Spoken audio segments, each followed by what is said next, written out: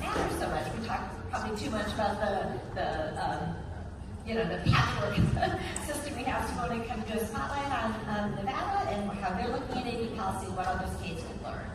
So first we're going to have our incredible panelists introduce themselves, and then we'll get started.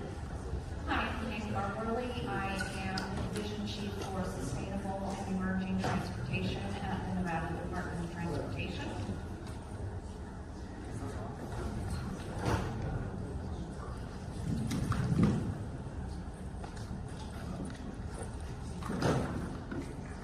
Thank you. I'm Oscar. I am State Policy Lead for Zoox. We're an autonomous ride-hailing company. And we are we really designed a purpose-built robo taxi designed entirely around the rider experience, not the driver. And I'm very excited to talk a little bit about our presence and activities here in Vegas. Let's sing them all at a time. Sure, good morning. We're not going to. I don't know where I'm at. I'm Earl Average Jr. I'm Vice President of Policy and Regulatory Affairs at Plus AI. We are an autonomous trucking company based in the state of Nevada. Forgive me, I'm actually getting over a little something, so I may cough a few times, but I totally don't we are operating our autonomous trucks across the Southern operations in Texas. But we also hold AV permits here in Nevada and have done a fair amount of testing on a lot of your higher speed highways here in the state. Awesome, thank you. I'm looking forward to this conversation. Can you start with you? Could you just start really big picture with an overview of how the state is approaching AV policy, sort of how you came to that, and sort of what's allowed, what's not allowed, where are you with AV policy? Sure, no problem. So Nevada's approach is pretty straightforward. We allow testing and deployment of automated vehicles on all of our roads. And the only thing that needs to happen is the operator needs to meet the requirements for registration, insurance, and a self-safety certification. What's not allowed is unsafe vehicles, of course. So we don't have AV zones in our state. Our whole state is open to autonomous testing and usage. And currently, the majority of the testing and pilots are done here in the Las Vegas area. Paul, obviously, Zoox has selected Nevada as your launch place for your deployment. Can you talk a little bit about what made you make that decision and what kinds of factors go into that choosing a deployment location? Yeah, absolutely. And I'm also a veteran. I'm not contagious. I'm not sick, I'm Yes. sick. Good, we avoid it. Very confusing. Well, I'll say first, we're really excited and proud to be here in Vegas. We have been here since 2019, and over the last 6 years, we have really invested and put down roots in this state and in Vegas in specific. We have a fairly sizable depot and office. We've created hundreds of local jobs, and this is really our first market for the purpose-built robotaxi available to the public. We started that public-facing operation in September of last year. You can download our app if you haven't in both the iOS and Android stores. And for the time being, they are free, so enjoy. Please do check it out if you can. But Vegas and Nevada is really a very attractive market and environment for Zoox to operate for a number of reasons. One, from the top down, there's a real embrace of innovation, right? And I want to acknowledge Governor Mardo, his leadership, the administration's leadership here. And as you heard, right, like there is a clear regulatory pathway for driverless commercial operations in the state. That is really critical, right, to have that kind of certainty. But it's also a place where we can learn a lot. It's an interesting driving environment, a dynamic driving environment. And there's a demand, a ride-hail service demand here. It's also a place where really there's a premium on the experience. People come here from all over the world to try something new, interesting, memorable. And so for the first place where we're going to introduce our unique purpose-built vehicle, this really has a lot of appeal. eventually it'll become boring, and people will be using it just to get around. But we're really introducing it for the first time. This market has a lot of traction. And then Earl, I'd like to kind of ask you the same question from a trucking perspective. Why is Nevada a good location for outreach and testing, and how big of a factor was that environment in your juicy topic? Sure. So like I said, we've held AV permits personality for the last 4 years. And one of the reasons, the primary reason, is because the state right next door, California, banned all AV, or heavy-duty AVs. And so it made perfect sense for us to look right next door. And as I said, the state really did lean forward in creating a level of regulatory certainty, because that's ultimately what we need, is certainty when it comes to our deployment. If you're going to do the investment of time, resources, and testing, we want to make sure there's some consistency. So as a result, we have, we sought the AV permit. We actually just got them renewed. I found out yesterday that we got the word. There's also, I think, because of frankly, the geography of the park, Nevada, it's flatness, very long roads, and actually lends itself for a significant amount of variable testing for us. That is helpful as we were kind of moving in the direction of preparing for overall commercial. And Kim, you outlined the Nevada's policy approach, which is relatively open and welcoming. I wonder if you could talk a little bit about the state's relationship with AV operators. Sort of what impact does that have on your relationship with them, and what could other states learn? Sure. So I think that the main factor is that we have clarity. We are not trying to tell the technology providers how to use their technology. We are explaining the roads, rules, and regulations and expecting them to maintain that. And that's how we work with them the best. We don't want to rule their technologies. We don't want to develop their technologies. We just want to make sure that they are running safe within our state. Paul, obviously Nevada's not the only state you operate in, and why don't I ask you sort of the same question? Are there other lessons that other states could learn from Nevada and creating a similar policy environment? Yeah, well, I really appreciate your comments, Katie. I think it illustrates quite clearly what I can say why Nevada is a very attractive market. But I'll say, one, I mentioned a couple already, right? And you heard it here too early. The regulatory certainty, the embrace innovation, those really give us the confidence that we need to make the significant investments that are required to build our service, grow our service, and support the service over the long term. Those jobs, that capital investment, having that regulatory certainty really gives us, again, that confidence. Another thing I'll say is Nevada has a regulatory framework at the state level. That is also really important. Without that, you have the real risk of a patchwork of local regulations that can emerge in a really uncoordinated fashion that could make it difficult to operate perhaps within a jurisdiction, but certainly between jurisdictions. And Nevada having that state level framework with that clear pathway, really does make it a strong environment. And then the last thing I'll say is maybe a little less like policy specific, but a little bit more vibe of Nevada. But a lot of progress has been made over the last decade and a half in advancing this technology into the actual market for people to use. But it's kind of a unique space because it's still so new, and we are really figuring it out together. A lot of stuff is in motion, right? At the federal level, we've heard, certainly at the state level, and that requires a level of collaboration across sectors, a level of trust across sectors, and it's rare that you have the privilege to do that kind of work, and really developing the technology and the rules of government at the same time. And that move toward collaboration, that move toward learning together, in my experience, officials in Nevada really understand that. And Earl, I kind of want you to touch on a similar thing. Although trucks are unique, and that most trucks are not as limited to such a defined OEE in the same way that the robo taxis are. What makes it a unique challenge for the trucks to have this sort of patchwork system?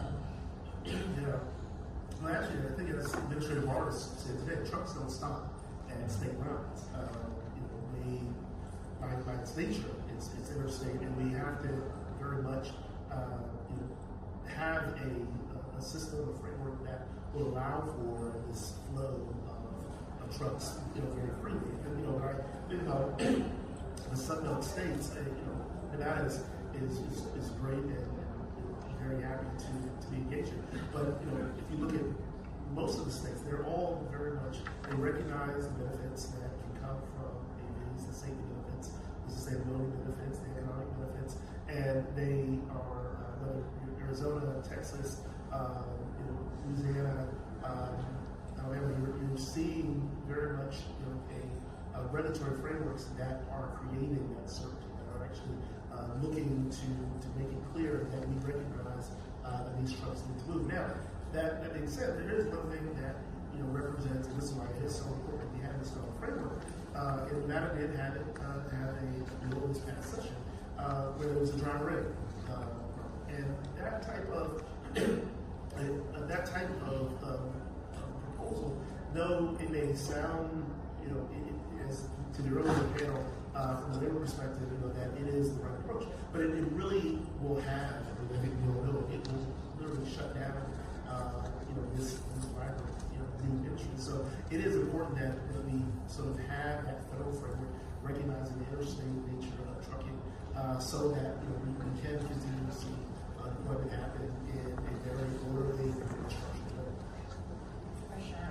We talk a lot about this relationship between industry and policymakers, and obviously it goes both ways.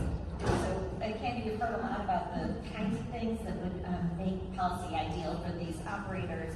But as a state regulator, is there one thing, if there's one thing you want EV operators to know, what would it be? Transparency. We need transparency. We've learned a lot of lessons in the time that we've had autonomous vehicles on our roads, and we've learned that there is a lot of AV operators out there that think that their cars are the best on the road, and they're not. So it's just that transparency. We want to work with everybody. We want everybody to come and use our roads and pilot, but they need to be honest with what their cars can do, and we can help them bridge those gaps.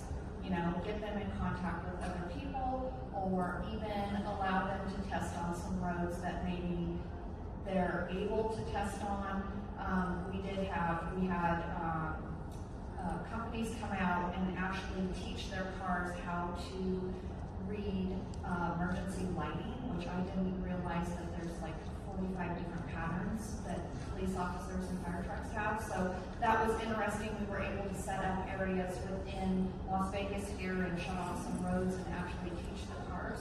So we're just an open book, and we're willing to work with people. We just need the opportunity and the clarity and the transparency of the providers. And Paul, obviously we've talked a lot about the different states' laws they pass. Besides passing laws, what are the things can states do to make your jobs easier?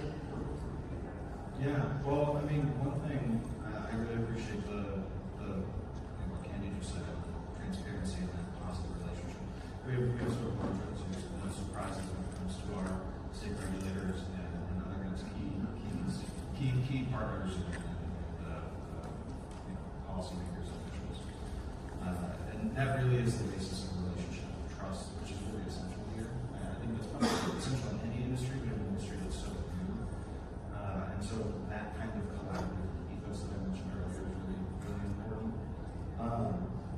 And then, I also will say I appreciated Candy's comments on what the state of Nevada is focused on, right? And that really is critical. There's a lot that's going to be happening at the federal level, and speaking for Zeus, we're really excited about the leadership of this administration, its leadership, other agencies that are really taking some bold steps to encourage this technology and keep America at the competitive forefront. And Nevada's focus on the operation of the technology on their roadways, that is I think, really key. Right? Is that the federal government has certain authorities here, and the states will oversee the safe operation of any vehicle on their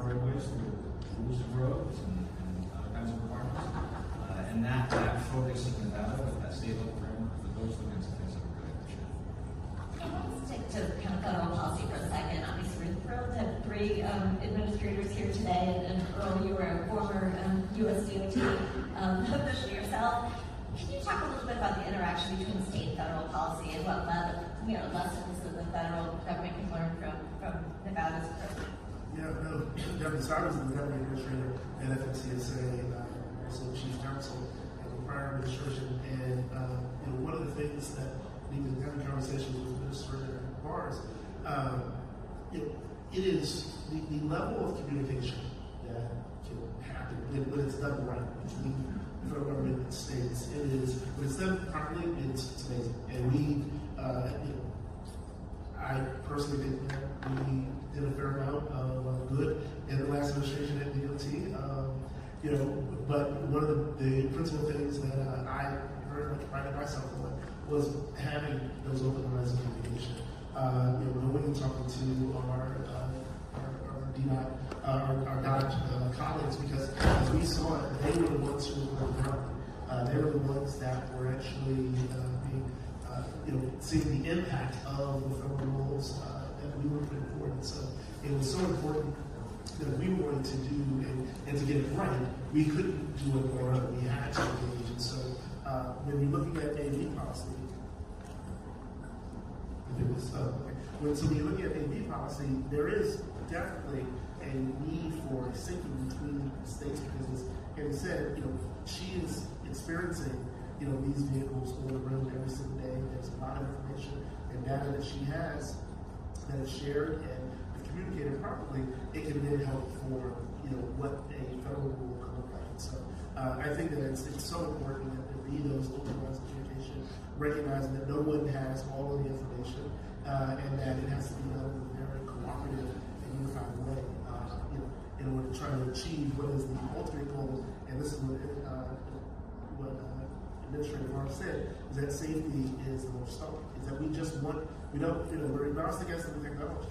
That's neither here nor there, but we want what is on the roads to be safe and to And we'd love to hear from you on this point. What would a state like Nevada, what do you need from federal policymakers to help you do your EV job? My favorite question. I'm really excited to see the new information coming down the pipe for us. But I think that states need clarity and alignment. Federal leadership on safety expectations, data consistency, and manufacturing responsibilities to help create a more predictable environment. I think that is really important. And I'd also benefit from federal support on the workforce training, emergency response, and infrastructure readiness. Obviously, we talk about all the different states' approaches, and some states are just silent on AV policy. Can you talk about what makes that a challenge? Yeah, I think I'd just go back to what I'd said previously of the importance of having that clear pathway, that clear regulatory framework at the state level for ultimately driverless commercial operations. Like that, if that's not there, or it's there in some capacity, but there are tweaks to it that kind of undermine that overall framework, it really doesn't give the kind of confidence that's needed. Right? Because the investment that goes into this is significant. Developing the technology is significant. This is not a cheap affair. But then all of the constellation of things around it to support it, the jobs, the service depots, the servicing of the vehicles, et cetera, those are substantial investments. And to be able to come into a place and invest in the long term with confidence and have a service that can grow over time, and you can feel, as a company, that this is a place where you can do that kind of investment, that regulatory certainty is really great. We only have a minute left, so I want to wrap up with a future question. Administrator Morrison said 2026 is going to be a very big year for AV policy. I'd love to hear from each of you what you see coming up this next year in Nevada and across the country. Candy, what do you? Well, I'm hopeful to see more autonomous vehicles come into our state. I think we are a perfect area to pilot. We have temperatures over 115, 20 degrees, and we also have snow. So don't forget the north when you're thinking about coming to our state and doing pilots. Follow your crystal ball. Well, we're looking forward to making that a reality here in Nevada. So, You know, I'll say, because we're at the state level, so I'm not going to venture too far beyond that. But I will say, maybe just to go off what Andy said, like, we are really scaling our service here in Las Vegas. This is our first market. This is where our first market launch will be. San Francisco's close behind, but this is the place where we're starting. And this is the place where we're really going to grow our service. And I'm very excited to see more of those robo-taxis out there, more people using it, right? That service really becoming something of the fabric of what makes Las Vegas so good. Fabulous. Earl. Yeah, I think that we're excited about 2026. Federal level, we are very hopeful that we will see some significant movement towards a national framework. I think on the sort of a state level, plus AI is we're looking for additional markets, working with our partners for deployment, and so we'd love to see that being part of that. Continue to work in state capitals to create these partnerships, these relationships, which will help, sort of make it more fertile for us to be able to deploy, in the state and other states around the country. Fabulous. Yeah, super excited to see what's to come this next year. Thank you all so much.